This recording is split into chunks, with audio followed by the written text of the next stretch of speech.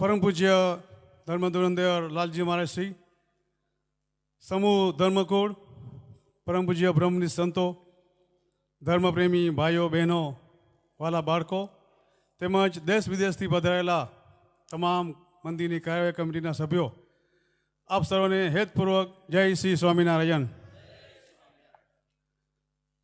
ખરેખર આનંદની વાત છે કે આ મંદિરની અંદર ખાસ કરીને જે ફ્લોર માથે બેઠા છે એ બધા યુવાન ભાઈઓ, અને આશા રાખું છું કે એવી જ રીતના ત્યાં યુવાન બહેનો હશે. તમને ધન્યવાદ છે.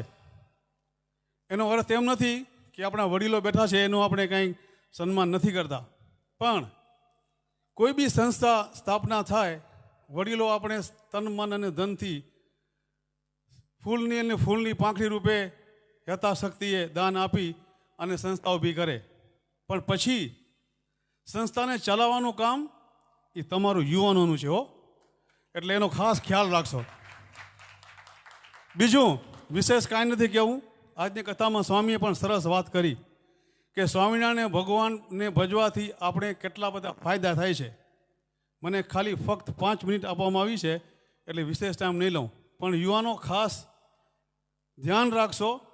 એક, માતા પિતાને ભૂલશો નહીં. બીજું કેટલા બધા વિશ્વની અંદર આપણે હ્યુમન બિંગ કહીએ ને, મનુષ્ય, કેટલા બધા જીવો છે. આપણે અહીંયા જે મંદિરની અંદર સાંજ સવારે દરરોજ યથાશક્તિ આવીએ છીએ, આપણે ભાગ્યશાળી ગણાઈએ, એનો ગૌરવ હોવો જોઈએ. ત્રીજું, આપણે હિન્દુ છીએ અને હિન્દુ કહેતા પણ સ્વામિનારાયણ સંપ્રદાયના છીએ. બધાએ ફેશન કરીએ પણ ધર્મની મર્યાદા રાખશો પ્લીઝ.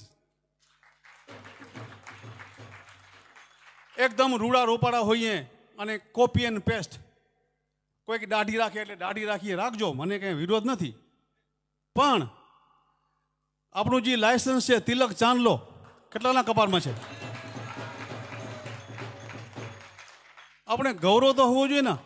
હું કોઈ કોમ્યુનિટીની નામ નહીં લઉં, પણ એ કોમ્યુનિટી જ્યારે નમાજ પઢવાનો ટાઈમ આવે ત્યારે બધું મૂકી પવિત્ર થઈ એ લોકોનો યુનિફોર્મ પહેરીને દોડતા દોડતા નમાજ પઢવા જાય છે. અને આપણે મંદિરે જવાની વાત આવે, ઘણા બધા હોય, કથા 8 વાગે પૂરી થશે, 5 મિનિટ બાકી હશે ત્યારે જઈશ. આપણે કેટલો મહિમા છે. ત્રીજું, સ્વામિનારાયણ ભગવાને આપણે આ સરસ મનુષ્ય દેહ આપ્યો છે. કોઈ દિવસ વિચાર કર્યો કે આપણા શરીરની કિંમત કેટલી છે? આટલું બધું સારું સરસ રૂડું રૂપાળું શરીર આપ્યું અને એની અંદર આપણે કચરા પેટી નાખીએ, એ આપણે શોભે?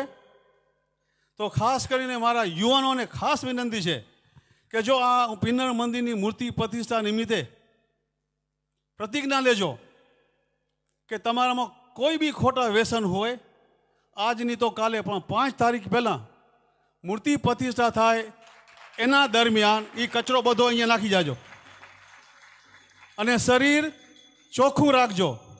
રાત દિવસ બધા યુવાનો મહેનત કરો છો, ઇન્ડિયાથી કદાચ ઘણા બધા ભણવા આવ્યા છો, સરસ, good luck to you, but don't spoil your body. અને એમાં કરીને ખાસ કરીને ઇન્ડિયાથી જે આવે છે, તમારા માતા પિતાઓ તમારા માટે કેટલી બધી જોખમ લઈને તમને અહીંયા મૂક્યા છે. ભૂલશો નહીં, એ પણ તમારા માતા પિતા છે. તમે પણ વહેલા મોટા માતા પિતા થશો. સોય પાછળ દોરો પડ્યો છે, કર અને જો અહીંયા જ છે. અક્ષરધામમાં જેટલા ગયા એના કોઈ સમાચાર નથી. અક્ષરધામ અહીંયા જ છે. વાવો એવું લણો. તો આટલું ખાસ ખ્યાલમાં રાખશો. હિન્દુ ફોરમ ઓફ બ્રિટન એ બ્રિટનની નેશનલ બોડી છે, તમને કદાચ ખ્યાલ ન હોય તો. 23-24 વર્ષ પહેલાં દિવાળીના દિવસે વેમ્બલીમાં સનાતન મંદિર હતું.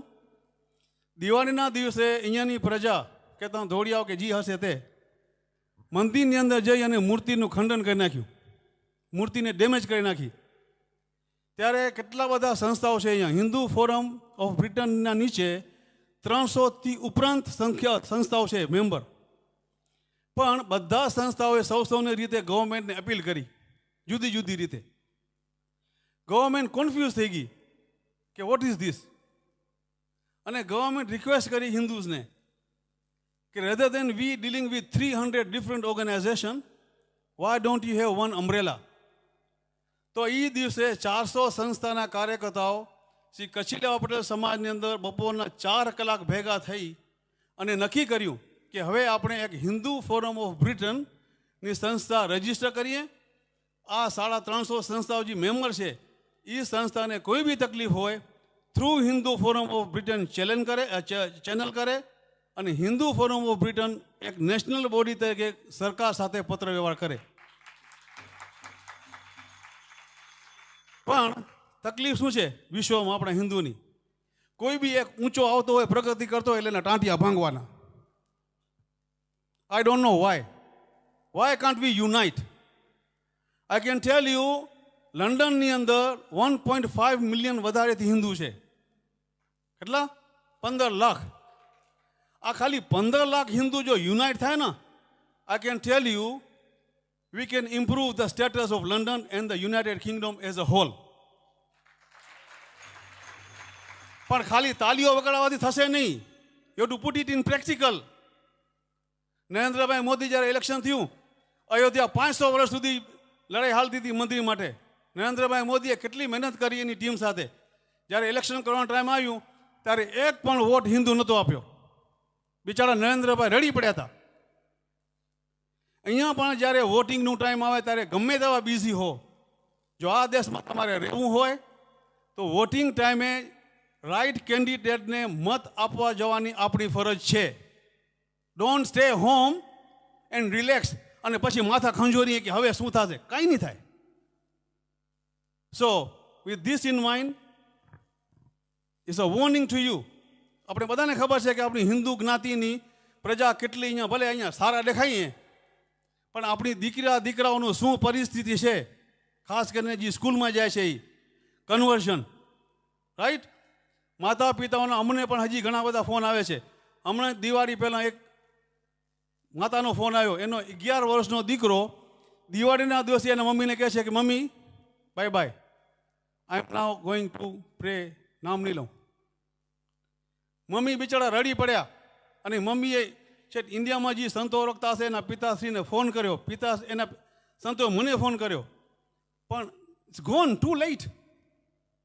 માટે માતા પિતાઓને પણ વિનંતી છે કે તમારા દીકરા દીકરીને સમય આપી સાંજના એમની સાથે ચર્ચા કરજો. Not as a father or mother but as a friend. Please બધા રાજી રહેજો. કંઈક વધારે કહેવાય ગયું હોય તો માફ રાખજો, પણ આપ સૌના હેતુ માટે કીધું છે. Thank you very much. જય શ્રી સ્વામિનારાયણ.